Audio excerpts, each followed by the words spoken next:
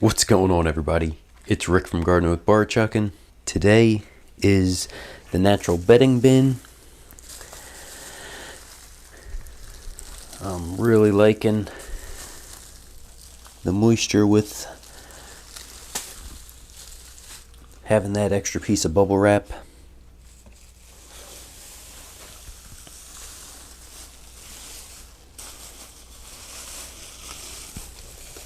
Everything's looking pretty nice.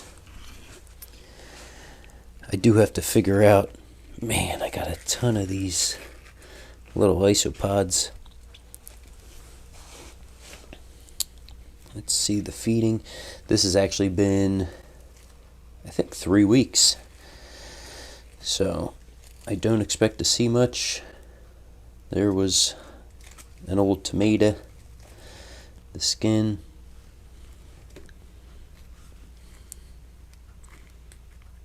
Here's mango seed.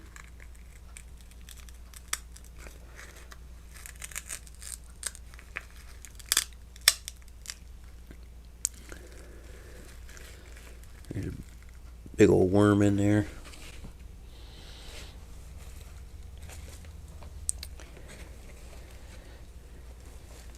Still see some worms over in this feeding area, even though it's been a little while. So that's kind of nice to see.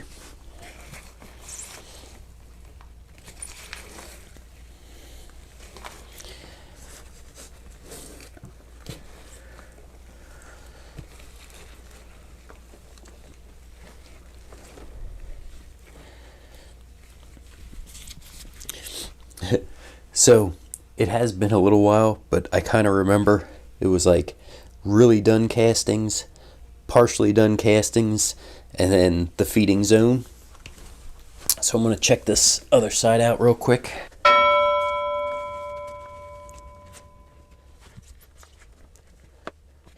Yep, and as you can see, there's still some more worms in this area here. That's because the moisture level is still nice. I think what I'm going to do,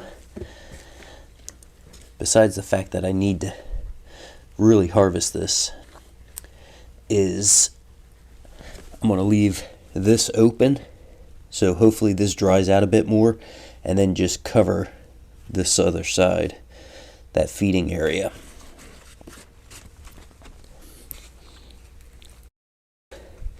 This still has a decent amount of leaves in there, and if I can get this out and put fresh bedding, I would incorporate everything together, and that will go ahead and really help kind of inoculate the new bedding.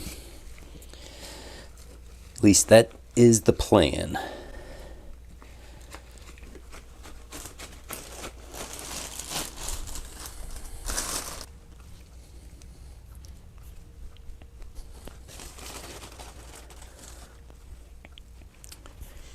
As you can see, that's the pulp from the juicer.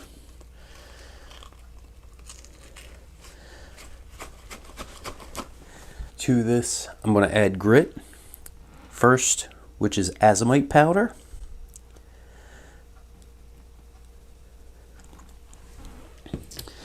Essentially pulverized rock dust. This is great for adding some trace minerals into the worm's castings. Then I go for a little bit of ground up eggshell.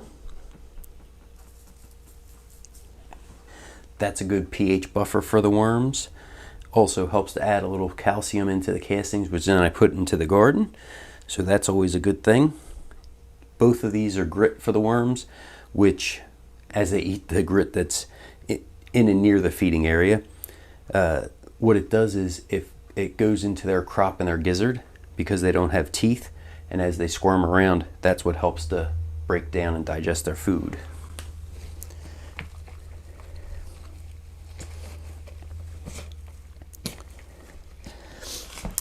Now also, I think with using the natural bedding, the sticks and other pieces of like the stem and things like that actually work as a grit for the worms as well.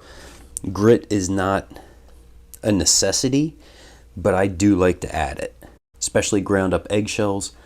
During the weekend, we can have anywhere from 4 to 8 eggs eaten. So if you're not getting rid of that, you're either throwing it away or you just keep adding it to the garden or the compost pile.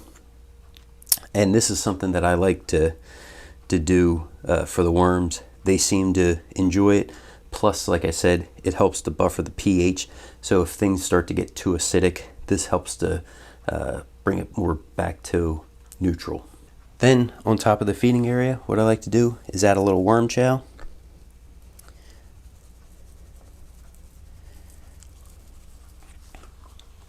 That is ready for the worms to eat right now. As those food scraps break down and the microbes from the bins start to get in there, that helps to break the food scraps down, and then the worms will go after those food scraps.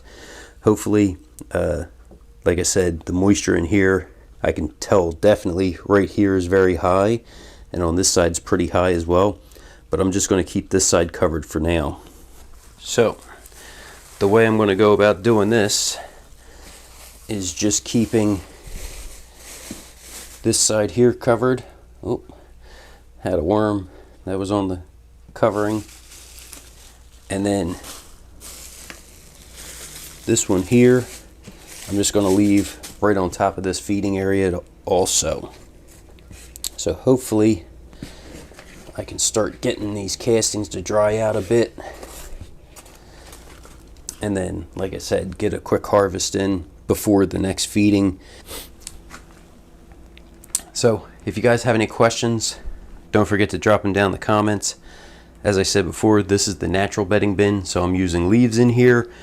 This is also the original worm bin that I had back from 2020. So these worms all the original worms have probably since perished, but this bin has just been populated from those worms mating over the last basically 4 years and to establish this bin. Thanks for coming along, checking out the video. Everybody have a great day.